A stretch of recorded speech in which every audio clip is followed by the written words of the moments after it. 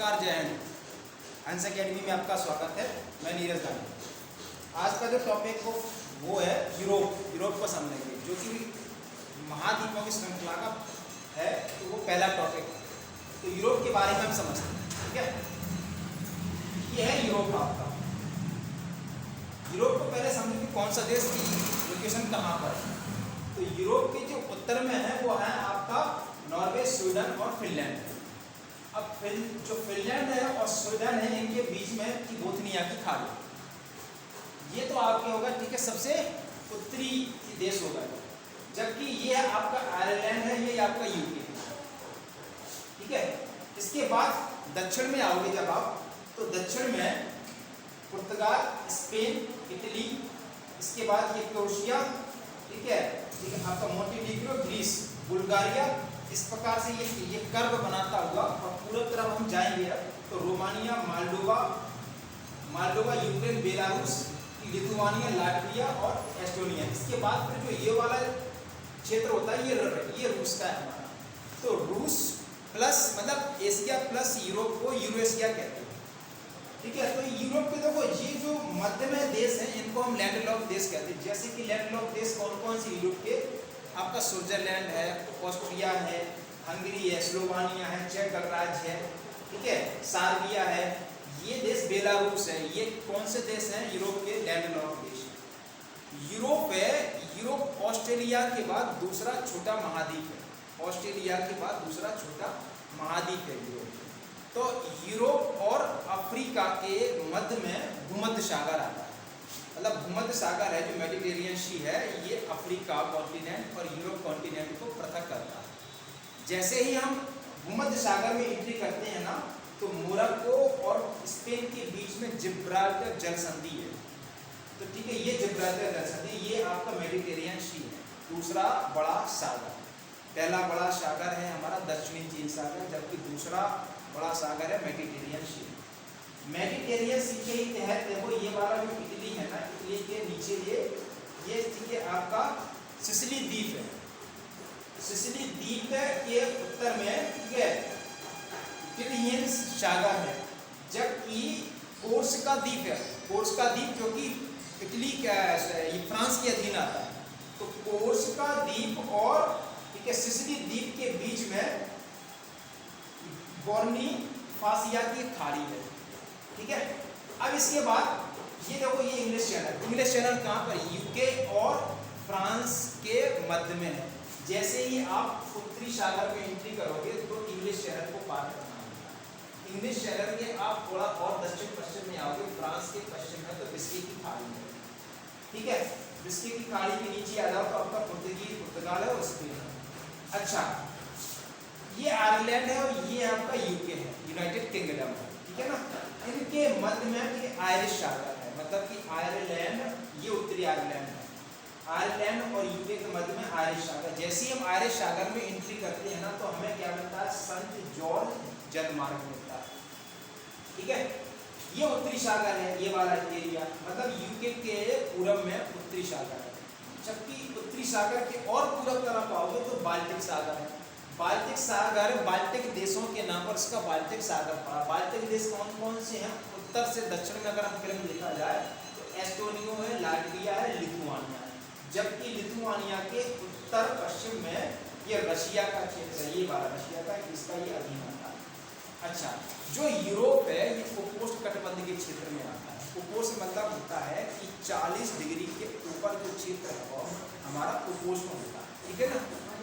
हाँ, उपोष्ण होता है। उपोष्ण मतलब कि 40 डिग्री के ऊपर, क्योंकि भारत है वो तो ठीक है, हमारा कौन सा कर्क रेखा वाला देश है, तो उस कटिबंध के क्षेत्र है।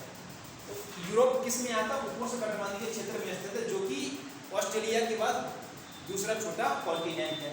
इसके अगर हम क्षेत्रफल की बात करें तो इसका क्षेत्रफल 10,180 किलोमीटर, ठीक है, ये आपका वर्ग किलोमीटर है, जो कुल विश्व का 7.07, ठीक है, परसेंटेज होता है।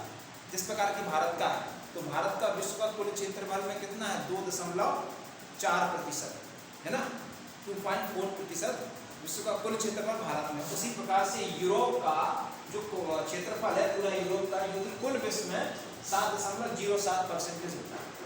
ठीक है।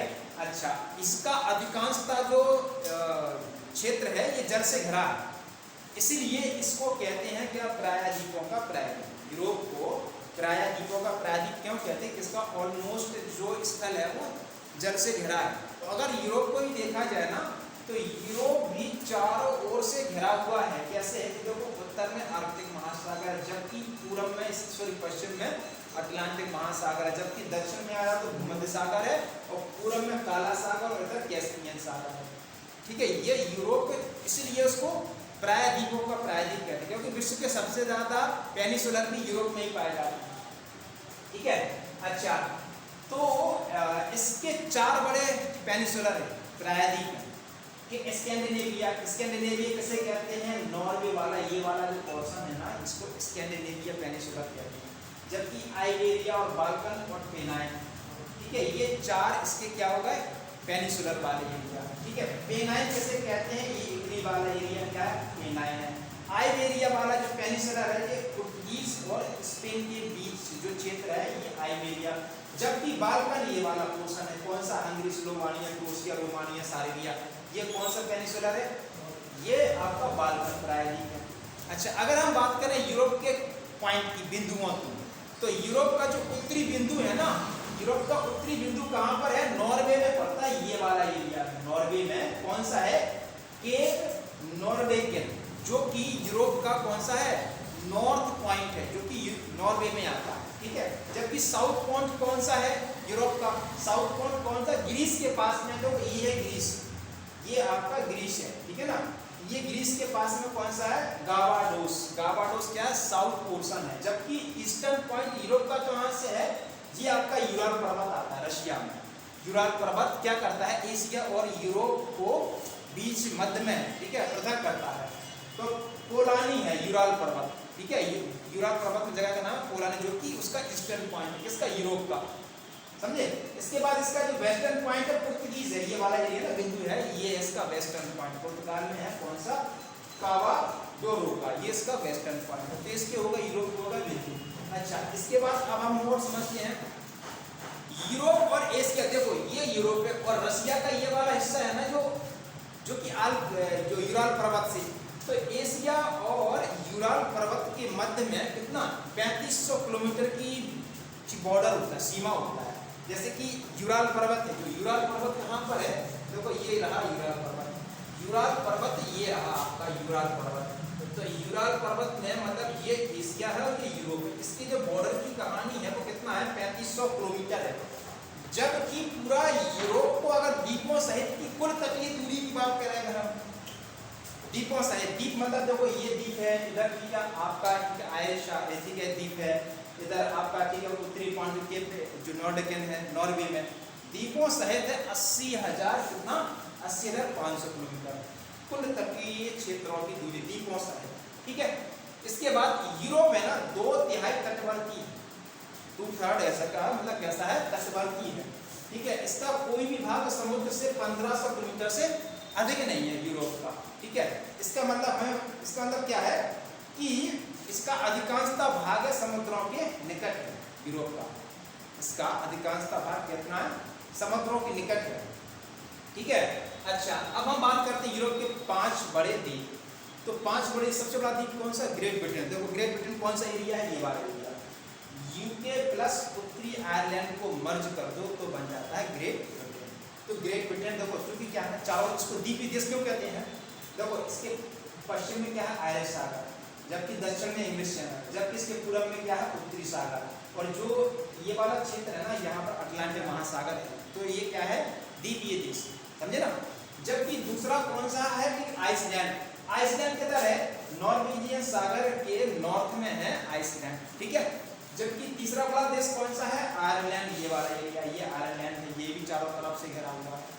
ठीक है, जबकि चौथा बड़ा द्वीप कौन सा है, उत्तरी नोवा जेमलिया, उत्तरी नोवा जेमलिया, जो कि हमारा आता है कहाँ पर, ये आता है रशिया में। रशिया का कौन सा वाला एरिया है, रशिया के आप इस तरफ आओगे ना, देखो ये वाला एरिया, रशिया का ये वाला एरिया होगे ना आप, ये नोवाय, ठीक है, जेमलिया, ये वाला एरिया, ये क्या है इसका, इसका ये रशिया के तहत मतलब अधीन होने वाला बिंदु है, ठीक है ना, द्वीप है ये, जो कि चारों ओर से जल से घिरा हुआ है।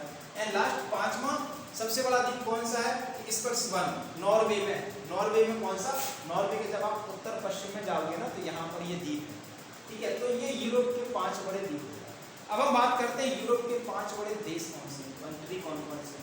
तो यूरोप के 5 बड़े देश, रशिया यूरोप का, चूंकि रशिया को यूरेशिया भी कहते हैं, तो उसका कुछ हिस्सा रशिया मतलब मॉस्को है ना, मॉस्को मतलब यूरोप में चला जाता है, जबकि रशिया का जो पूर्वी ईस्टर्न पॉइंट है ये एशिया में आता है। तो रूस पहला बड़ा देश है, जबकि दूसरा बड़ा है यूक्रेन। यूक्रेन की बात करें तो ये वाला एरिया की उसकी राजधानी है, जो कि काला सागर से सीमा साझा करते। थोड़ा अगर प्रॉपर मैप बनेगा जगह एकदम की, यूक्रेन थोड़ा काला सागर के नॉर्थ में आता है, क्योंकि काला सागर के इस वाले एरिया में क्रीमिया है, जो कि क्रीमिया किसका हिस्सा है, क्रीमिया यूक्रेन का हिस्सा, परंतु 2014 में क्रीमिया पर रशिया ने कब्जा कर लिया था। तो इसीलिए रशिया को क्या कहते हैं, यूरोप का विकसित देशों का एक समूह है G7, है ना, तो उससे हटा दिया था, ठीक है ना। तो काला ये ठीक है। दूसरा बड़ा देश कौन सा है, यूक्रेन। तीसरा बड़ा देश कौन सा है, फ्रांस। चौथा बड़ा देश कौन सा है, स्पेन। फ्रांस की बात करें तो ये फ्रांस के पश्चिम में विस्की खाड़ी, उत्तर में इंग्लिश चैनल है। और चौथा बड़ा देश कौन सा है, स्पेन। स्पेन के पूरब में लॉरेंस की खाड़ी है, जबकि दक्षिण में क्या है, जिब्राल्टर। दक्षिण पूरब में है भूमध्य सागर। एंड लास्ट है स्वीडन। स्वीडन बोले तो स्वीडन ये वाला एरिया, स्वीडन के दक्षिण में है बाल्टिक सागर, स्वीडन के पूरब में बोथनिया की खाड़ी। तो ये यूरोप के 5 बड़े देश। अब हम बात करते हैं यूरोप को भौतिक विभाजन। तो यूरोप का जो भौतिक विभाजन पढ़ेंगे तो यूरोप का जो उत्तरी क्षेत्र है एक ऐसा प्लेन है, मतलब मैदानी क्षेत्र है, जबकि दक्षिणी क्षेत्र यूरोप का है पठारी क्षेत्र, पर्वतीय क्षेत्र है, ठीक है ना। तो ये अगर हम भौतिक विभाजन की बात करें तो भौतिक विभाजन 4 भागों में यूरोप बटा हुआ है। यूरोप कैसा है, 4 भागों में बटा हुआ है। पहला है उच्च भूमि क्षेत्र है, ठीक है, पहला है उच्च भूमि, उच्च भूमि। दूसरा क्षेत्र कौन सा है, यूरोप का उत्तरी मैदान। तीसरा क्षेत्र आता आपका है मध्यवर्ती, ये वाला मध्यवर्ती, ठीक है, मध्यवर्ती भूमियां। जबकि लास्ट आता है क्या, आल्प्स पर्वत। आल्प्स पर्वतमाला है ना, फ्रांस से जाती है कहां पर, कैस्पियन सागर, ठीक है ना। तो इसके बारे में हम चर्चा करेंगे कि अगला वीडियो में। आज के लिए इतना काफी है। थैंक यू, जय हिंद।